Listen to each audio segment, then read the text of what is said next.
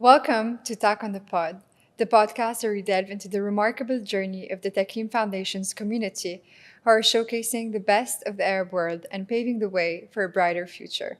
I'm your host, Andrea. Today we're joined by Habib Kairouz, a seasoned investor and managing partner at Rho Capital, who spent more than 3 decades navigating the twists and turns of the venture world. From backing founders through the internet era all the way to today, Habib has balanced building a lasting career with a deep commitment to empowering communities in Lebanon. Through his leadership at the SEAL Foundation and his work with the Arab diaspora, he's turned success into responsibility and recognition into meaningful action. In this episode, we'll explore his early memories of Beirut, his philosophy of going against the grain, and what it truly means to invest with conviction and purpose. Let's dive in. Habib, welcome to Talk on the Pod, and thank you for being here with us at the New York studio. Thank you for having me. Habib, I'd love to start with a bit of the beginnings. For more than 3 decades, you've built a remarkable career on Wall Street, been backing founders through cycles of boom and collapse, and you also have been dedicating yourself to rebuilding the country that you're from through your work with nonprofits supporting sustainable projects in Lebanon. Can you give us a bit of a throwback about what you remember most vividly from growing up there, and how did those early experiences shape who you are? Well, going back to where I grew up, obviously I grew up at a time that was very tough for Lebanon. It was in the middle of the war, but my memories are all amazing memories. They're memories about growing up in a very large family. Both on my mother's side and my father's side, we come from very large family. Really grew up together, really grew up on the basis of family ties and the roots going back generations. My grandfather on my mother's side had 8 children, built a building in Beirut, gave one apartment to each kid, and 23 cousins grew up in the same building. We had mandatory lunches every Sunday at his house. So on my father's side, we come originally from Sherry. We all used to go up to the Cedars on the weekends, in the holidays. Again, same thing. The family was sprinkled around. Doors were always open. Cousins moved from one place to the next. So those are my most vivid memories from I growing up there. personally love the north of Lebanon. What Tell me us more about the moment where you decided to pursue your education in the US, from deciding to take this leap of faith and then build your career and family abroad. How did you maintain that connection with the country where you're from? The decision to come here was a decision to just come for 4 years of college. Yeah. And like most of us who ultimately left the country, unfortunately, it was about going and getting an education and hopefully coming back. And never did I think 40 years later we'd be having this conversation. Having said that, it's been great. And I've certainly never turned my back on where I came from or the country. And I've stayed in touch. There's not a single year that's gone by that I haven't gone back at least once, if not 3 times. There's not a year that my kids haven't gone back since they were born, and they were all born and raised in New York. So it actually takes some effort, but it's not that much of an effort to keep the ties and Yeah. never turn your back on it. It feels like it's the reality nowadays with most of the diaspora in New York. Everyone has that origin stories of I came for studies and then just ended up staying here. I had 6 goodbye parties Wow. in New York where I was planning to go back. Time something happened and I stayed and Yeah. I extended it, and ultimately What that what is- would you say was the thing that kept you anchored in this city? I would say my professional track. Mm-hmm. And the situation in Lebanon where the opportunities were not as clear, kept postponing it, hoping for things in Lebanon stabilizing, and ultimately the U.S. track got much faster than what I was waiting for in Lebanon. You've been at Rho for over 30 years, and you've been committed to the same firm and to the same industry. What has longevity in this career path and in this sector really teach you about constant reinvention and constant patience? I mean, the great thing about the business that I'm in is that there's a new wave of innovation, new wave of amazing young entrepreneurs who want to change the world with every 5 to 10 years that go by. So while the job might be the same, Mm-hmm. and I'm constantly investing in entrepreneurs looking to bring new products into new markets, they're different markets, they're different innovations, they're different cycles, they're different types of entrepreneurs. And so there's constant ongoing education for me, and ongoing excitement about what I do every day. And within that field, I feel like you've witnessed a big shift over the last 3 decades, from markets shifting to products changing and evolving. If we were to zoom in on how you look at investments, what carries the most weight for you? Is it most usually like a founder's vision? Is it market timing? How do you kind of listen to your gut and recognize the difference between kind of catching something early on or just totally being wrong? I would say all of the above are very important in what we look for, Mm-hmm. where our due diligence goes before we decide to make an investment somewhere. We need the new products, we need the new markets, we need the innovation.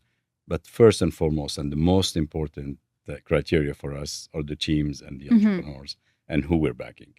The reason that's important is that in most cases, the initial business plan that we invest in ends up being a different business plan by the time we sell a company. And I'm talking about successful companies. So, and it all comes down to the entrepreneurs being willing and listening to what the market is telling them. Sometimes it's smooth sailing, exactly what they came up with in the first place. But in most cases, they go out with a value proposition and they listen to the market and they tune or sometimes completely pivot what they're looking. And if you're betting on the right people, ultimately they'll figure out a way how to build a business. What would you say are some things that you look for? What's your radar like? The radar, again, focusing on the people, looking for entrepreneurs who, first and foremost, have a vision and a mission. They want to go after an industry and innovate it or disrupt it. These are two very strong words. Not evolve it, but innovate it or disrupt it. And in most cases, there's a disruption that comes with their business plan. And it also means that if you're disrupting something, the people who are already in the industry you want to disrupt are telling you that that can't happen. That's not how the way we do things. Talking to young entrepreneurs, very often inexperienced entrepreneurs, looking to disrupt an industry where people with experience in that industry, you can't do this. Yet you still have the passion and you still have the drive to make it happen. These are the types of people that we want to invest in. But I would add also, I usually like to invest with people who I can see myself being partners with in the long run, who I can see myself having dinners with, see myself hanging out with socially. And the reason that's important, because we're going to be partners. At the end of the day, I'm not just an investor and I'm certainly not going to be their boss. I sit on their boards as a partner. And you want to partner with people where there's mutual trust, where there's mutual respect, where you're going to give your opinion and it's going to be okay if they don't follow it because you're not always right, and vice versa. But I want to be able to say, this is an individual who's going to be my partner in enabling his idea, her idea. So that's really what my criteria. Looking back across decades of deals, is there one investment in particular or a team that stands out with going against, noise and trends and people saying you can't disrupt that and kind of making a difference in that sector? So there's one investment that there are plenty more, but I'll come up with one. There's one investment that I'm involved with today that I'm on the board of. It's a company that enables consumers to pay for their parking on the street with their mobile device. It sells into municipalities, it sells into government entities that typically require long RFP, long sales cycles. And most venture capitalists or investors in technology companies don't like the nature of selling into government entities as opposed to commercial or consumer because it takes a long time to go through the RFPs that government contracts require. But the beauty of it is that once you're in, it's a very sticky relationship unless you do something wrong.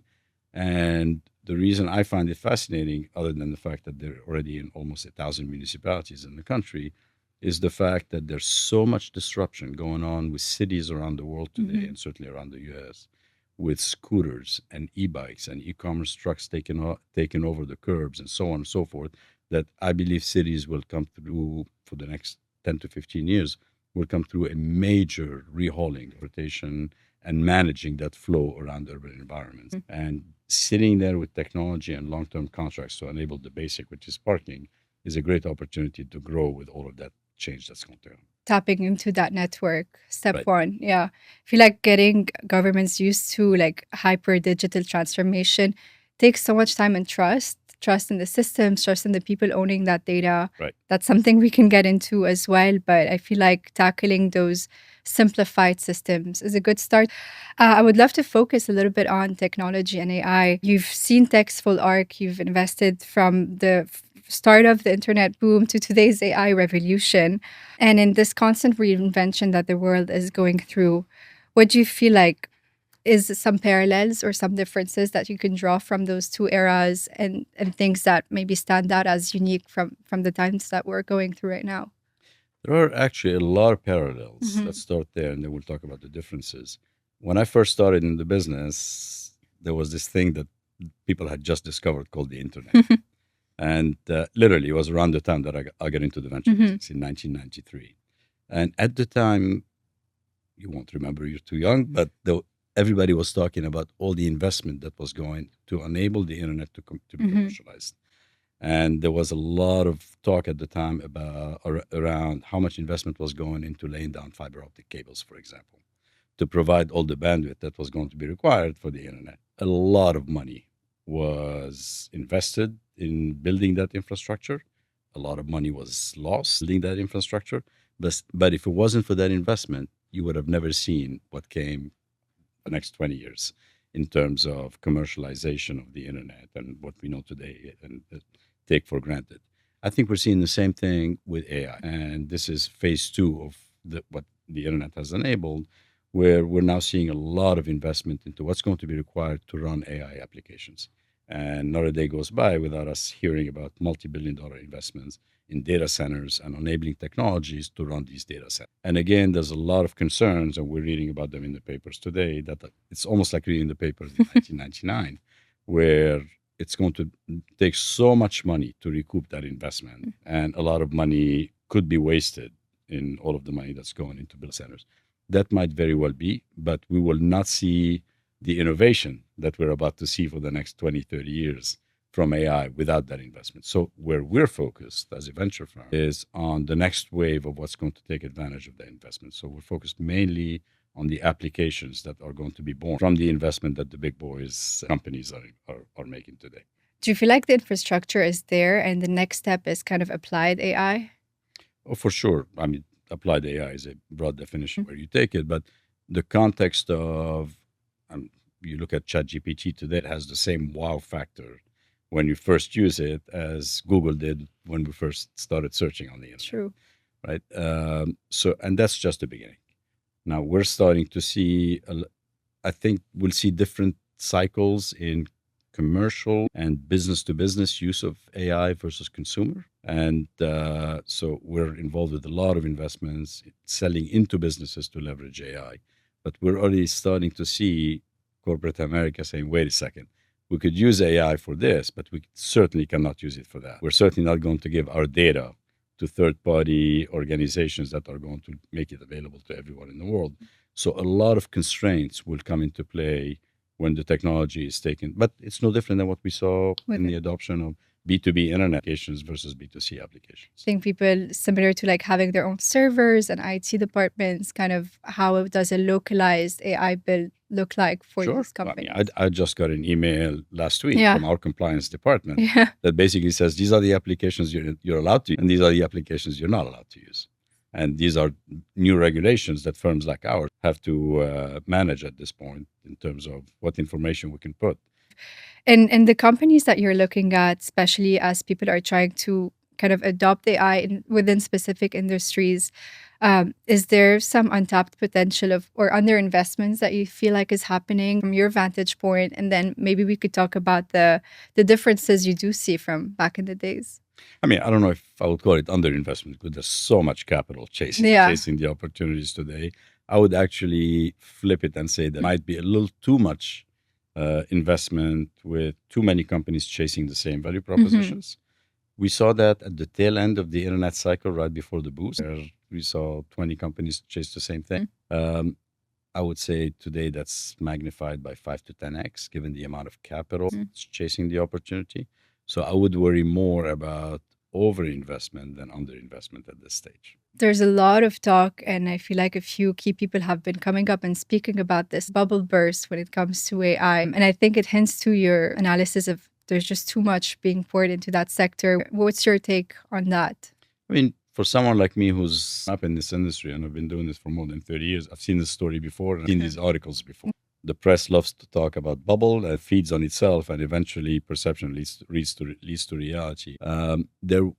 I am willing to bet there will be huge winners that come out of this cycle, and there will be big blowups and busts that come out of this cycle. So when everybody's benefiting from something, and you know that will be winners and losers, at some point, when the market starts realizing who's winning and who's losing, there will be a correction on overall valuations. So yes, there will be, in my opinion, a correction. I would not be willing to bet on when that's going to happen. But that doesn't mean that the cycle isn't here to become a major new cycle for the next 20 years. In terms of the way this innovation is spreading around the world, I think from the internet to today, fast access to technology and tools, it's helping Silicon Valley's models spread much faster. And we are seeing new tech hub rise all over the world in this new age of AI. Do you think there's some emerging region that embodies that same early stage spirit that Silicon Valley once had and may have the potential to become the next tech hub? So a few years ago, I was on the board of an organization for the Lebanon chapter, this global organization called Endeavor. It's called Endeavor Global, and its mission was to identify entrepreneurs all over the world. Not just startup entrepreneurs, but entrepreneurs all over the world, and give them access to a global network of people who wanted to enable and help these entrepreneurs. So my focus at the time was on the Lebanese board and helping entrepreneurs who were coming out of Lebanon. But in the context of seeing at what was happening in Latin America, in Africa, in Europe, in various less developed as well as developed markets, innovation is spreading everywhere. Entrepreneurship is spreading everywhere. Now, what will make certain geographies better than others? Everybody wants to replicate what Silicon Valley has created. When I first started in the business, I was in New York. I was spending 30% of my time in Texas, 30% of my time in California, 30% of my time in Boston, and 10% everywhere else. Today, I spend 70% of my time in New York. New York has become the second biggest market. And the reason that happened is because it developed an ecosystem of entrepreneurship beyond just attracting the entrepreneurs. And I mention that because while a lot of different regions present a lot of opportunities today, and you're seeing entrepreneurs emerge, what's equally, if not more important, is for the ecosystem around them to also emerge. And that typically requires the ecosystem working together and government entities and organizations collaborating and enabling that ecosystem to work. And I'll give a quick example. When we first started, I've been involved in a number of initiatives in the New York market, but most of them catalyzed by the Partnership for New York City, the New York City Investment Fund. In the early days, it was the New York New Media Association, which saw the potential for digital media to disrupt or innovate traditional media, and brought together people from the entrepreneurship ecosystem, venture capitalists, but also people from the traditional industries that made the New York media industry unique and competitively differentiated. So people from advertising, from the magazine business, from the newspaper business, and kind of created an environment where we all went out for drinks at night. We all went to formal conferences and so on and so forth. Everybody got to meet each other.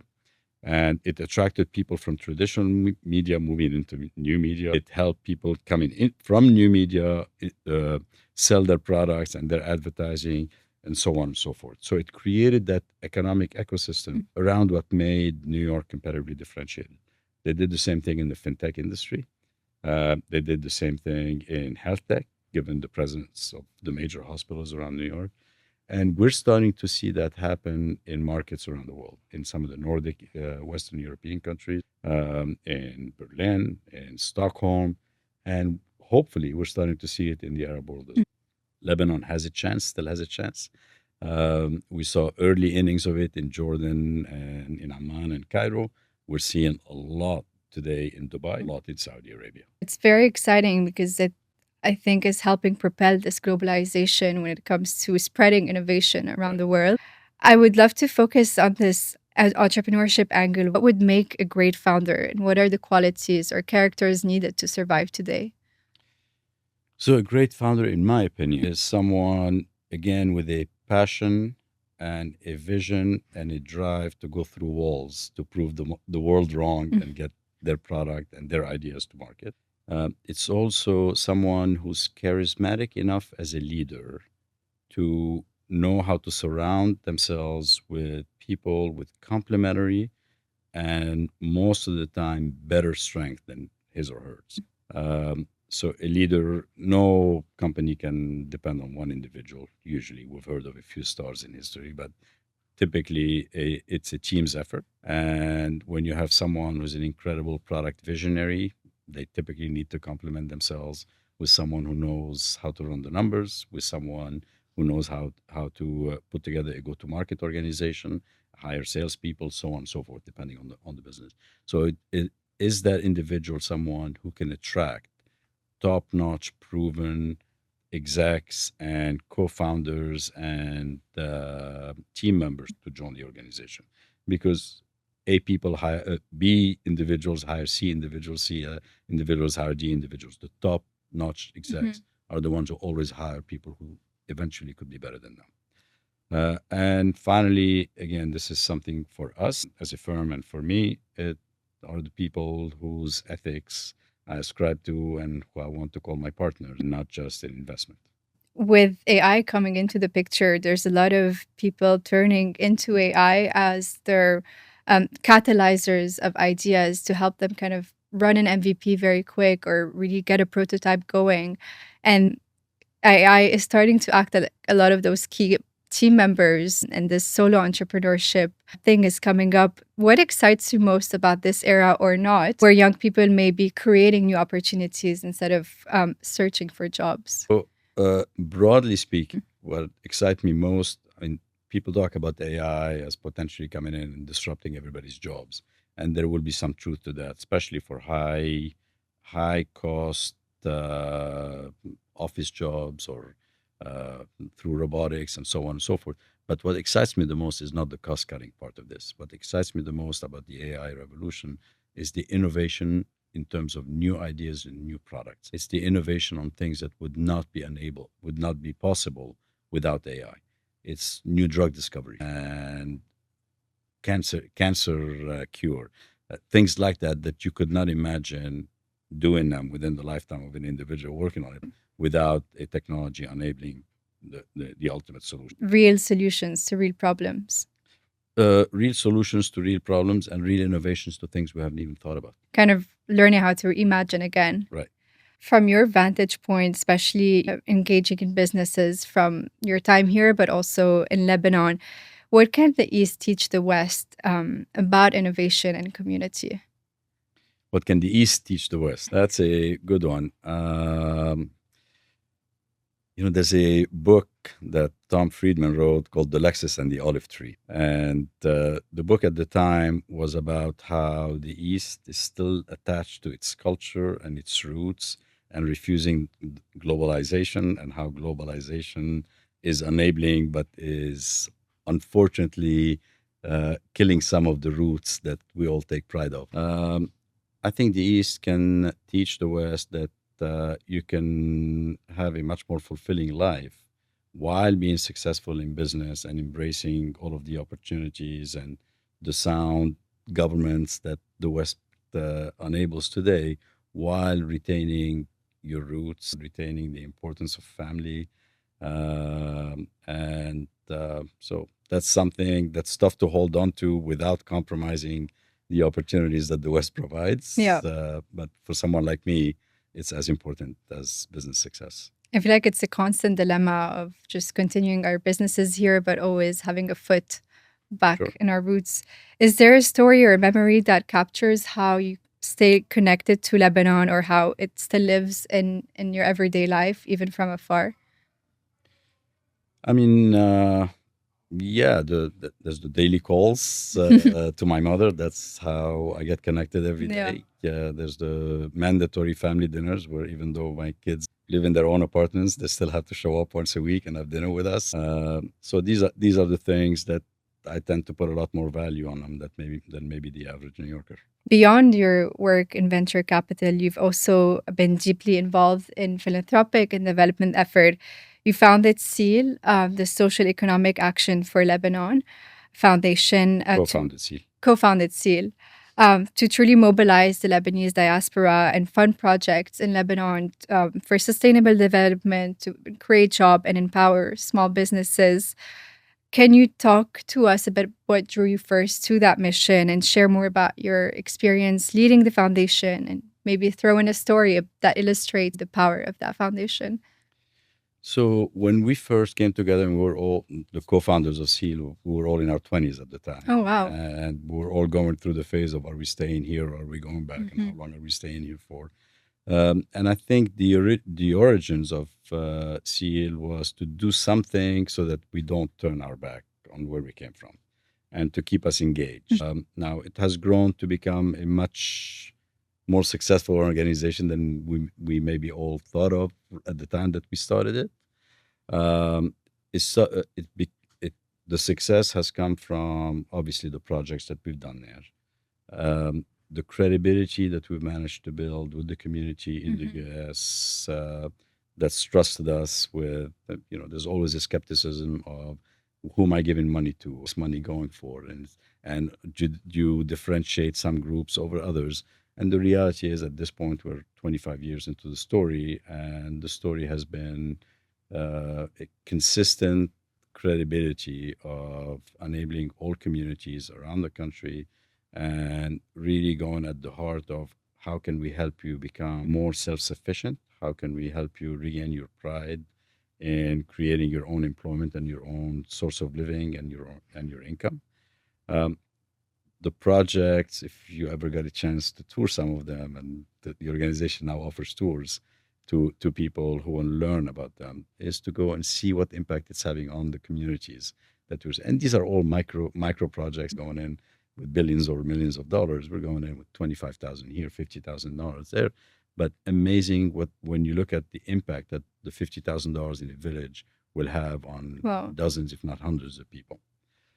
I would say the most amazing impact that I've seen on the impact of the project at the last gala dinner that we had in New York, more than a third of the room, of the audience in the room, was under 30 years old. Oh, wow.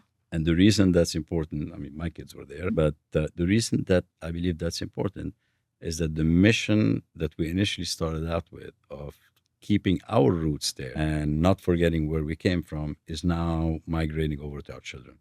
And hopefully from them, as they take over the leadership of the organization, over time, they'll pass that on to their children as well.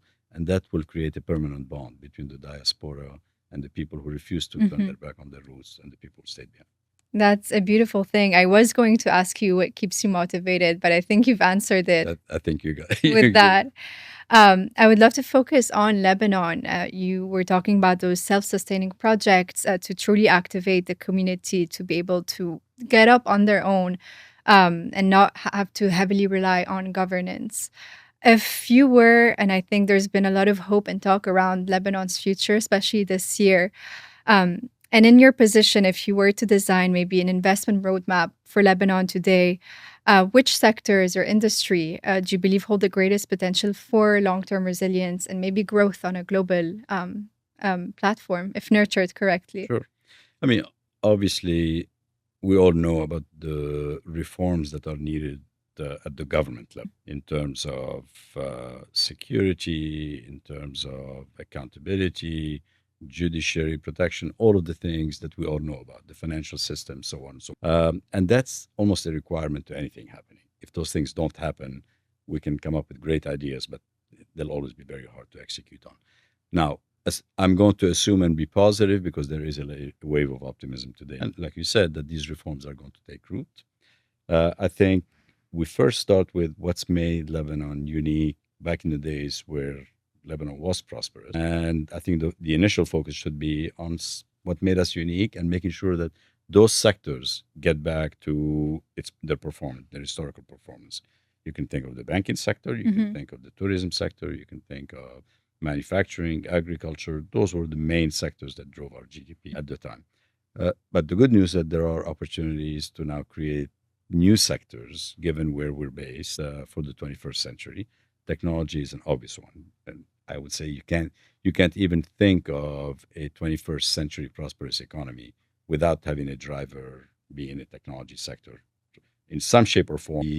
micro level differentiation, or New York is not a semiconductor market, a fintech market, it's a digital media market, it's an enterprise software market. Think about what makes the place competitively differentiated, and really focus on some of new companies to invest in. And I think there's opportunities in the manufacturing sector as well, to reignite manufacturing. I ran into a company the other day called Multilane, which has built a campus to do verification for for AI equipment, selling into global manufacturers all around the world. Oh, wow. And they're now going after building a number of campuses around the country. I think they're hiring hundreds of people. It's an incredible success story that one should look at and try to extrapolate from. Lots of opportunities to build some of these new cutting edge next generation industries and companies. There's been growing discussion talking about tech in Lebanon, about Lebanon's newly established Ministry of Technology and the new AI policy framework they've been shaping.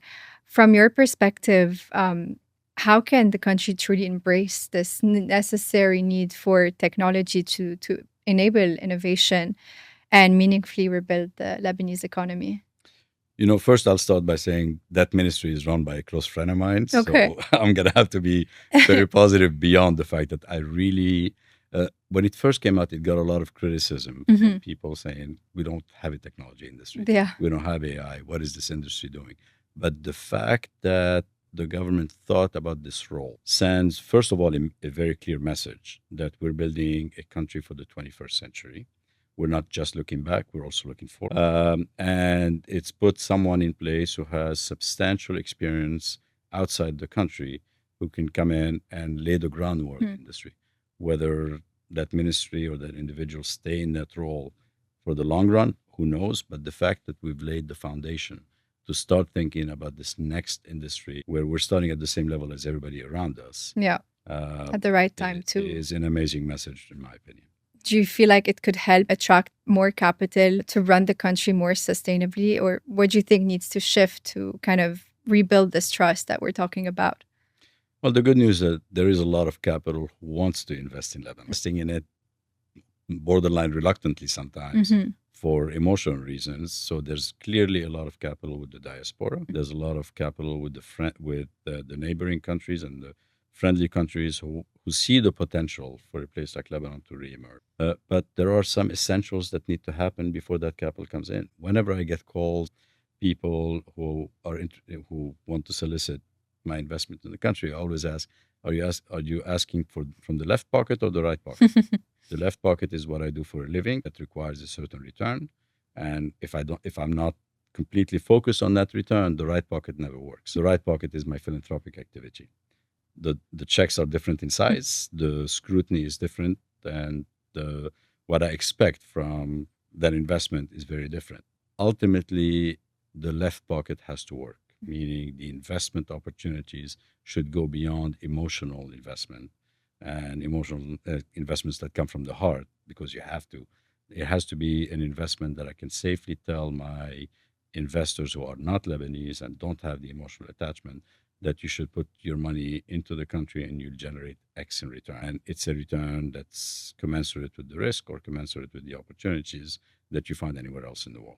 For that to happen, all the necessary reforms have to happen first. When you think about Lebanon's future, and maybe we'll focus on the right pocket beyond the numbers and beyond the reforms, is there an image or a feeling that comes to mind that you really hold on to, that hope about what Lebanon's future could look like if everything checks the boxes?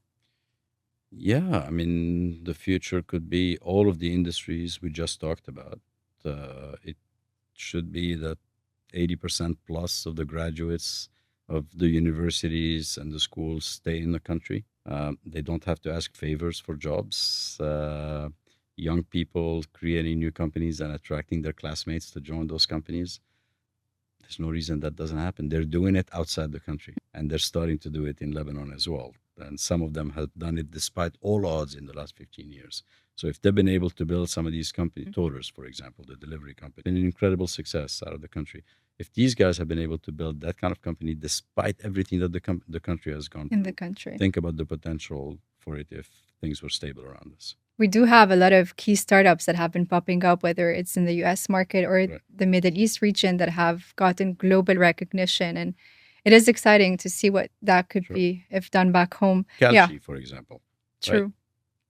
There's nothing that requires Calci to be in the US. That company could have launched out of Lebanon. From a No. team perspective or from a name perspective? No, in terms of the value proposition that it brought to the market. Mhm. It's a global concept. Anybody from all around the world can participate. The product could sit on any cloud computing server anywhere in the world.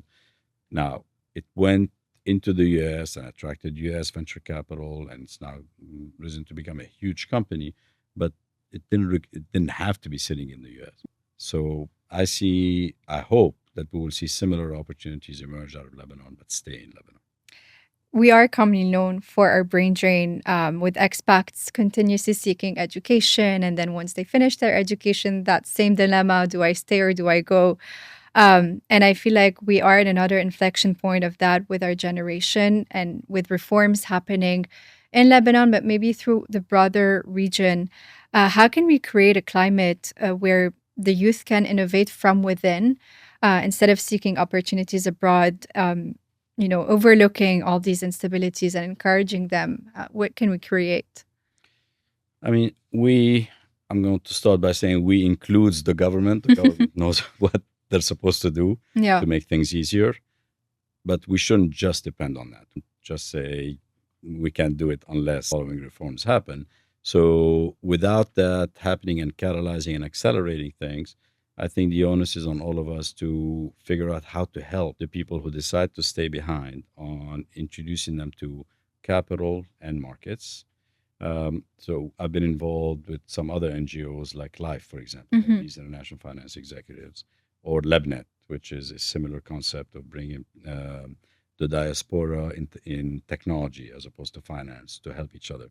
And their opportunities could be to look at new companies that are created in Lebanon and help them by introducing them to investors and customers. Customers are as important, if not more important, than investors, and open up market opportunities for the products that they create in Lebanon. If you think about the world of technology, it could be built anywhere as long as you have a computer. True. Right? Unless you're in manufacturing, semiconductors, Mhm. and the like. So if people want to start a company on based in Lebanon, Mhm. engineers from the universities there, and build the products there, we could, as a diaspora, help these companies by introducing them to the global network that we run with every day ourselves. Looking back, we'd love to kind of start hinting towards some lessons and your legacy that you've built. Is there an advice you would like to give to this next generation of founders, whether back home or here in the US, that are trying to build in today's climate? One, I would say, if you have a passion, follow your gut. Don't wait for all the naysayers to convince you out of it.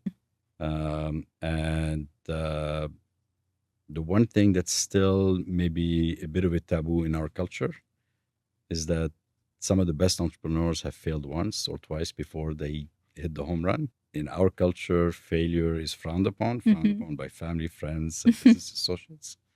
If you're not willing to fail, and if you're not willing to look at a failure as a lesson, then you shouldn't be in the venture business. You shouldn't be a startup. It's too risky for you. But if you really have the energy, the passion, and your gut is telling you to chase something, go for it. And you should be very comfortable with the notion of failure. It's a lesson, not a failure. Is there an early founder or mentor early on in your career who has made a strong and lasting impression on you? I mean, a lot of founders in my business career who I've invested with and have turned into very close friends of mine. In terms of mentors, I still go back to my family. Maybe my father teaching me the one lesson that I find very invaluable in life: of life is a roller coaster ride, and the most important thing is to learn how to get up every time you fall. Absolutely. And going further back to my grandfather, who taught me the one lesson that the name is much more important than any money one can make in life. So, If you were to look back at those 3 decades and kind of draw a through line from your career and your life journey, is there maybe a theme or a principle that has constantly stuck with you? Uh, yeah, I mean, I would say it's surround yourselves with the people who are stronger than you, smarter than you, but more importantly, as ethical. And business ethics is my number one, two, and three priority. And the rest is all about who you surround with yourself with, who you spend your time with. And again, there's also the principle of work hard and play hard. Yeah. In other words, life is not just about working and making money, it's also about enjoying it and enjoying it with family, friends, and whatever else you like to do in life. The things that East teach us about the way you live your life. I would love to wrap this up with a rapid fire round when I can ask you just a couple of quick questions with quick answers. Sure. I would love to start with what is the first investment you've ever made? First investment I ever made was in a company called AnswerSoft, which was a computer telephony interface software that allowed customer agents to have data on an inbound call. Wow. And this is back in 1993. First investments I ever made as a partner were in the first two social communities online. One was a company called iVillage, which was a social network online for women, and that company went on to go public and ultimately sold. And another one called Tripod, which was the largest at the time network for people building their homepages on the internet. Wow. Which we sold to Lycos for less than a year, but It both came at the same time in 1997. Impressive. It really shows just how far we've gotten from the tech perspective. Is there a book that has changed the way you think about business or life? Business or life? Business, I would say a book called Thinking Fast and Slow by Daniel Kahneman, which really puts a very different perspective on people who react very quickly based on fact and gut at their time and maybe don't deserve as much credit when they think through an answer. And really taught me a lot about dynamics in my business. And on a personal level, probably the most fascinating one I've read is from Amin Makhlouf, Origins, which has to do with our story and the story of the Lebanese diaspora. That's beautiful. Is there a big risk that you look back on that you did not take and still wonder about? Moving back to Lebanon. Would you have done things differently? Oh, for sure. Life would have been very different. When you think of Lebanon, in one word, what comes to mind first? Roots. To wrap it up, if there's a Lebanese dish, song, or place that brings you back home, what would it be? Sherry. That's so beautiful. Habib, thank you so much for being here with us today. My pleasure. Really enjoyed having you on Talk on the Pod. Really enjoyed it. Thank you very much. Thank you.